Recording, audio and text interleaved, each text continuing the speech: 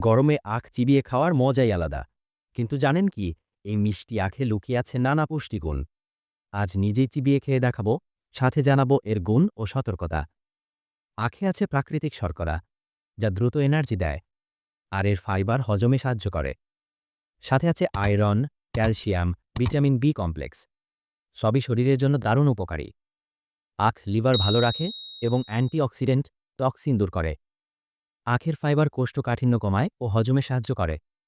প্রাকৃতিক electrolytes dehydration রোধ করে। তবে বেশি খেলে সমস্যাও আছে। প্রাকৃতিক হলেও সুগার লেভেল বাড়ায়, তাই ডায়াবেটিস রোগীরা সতর্ক থাকবেন।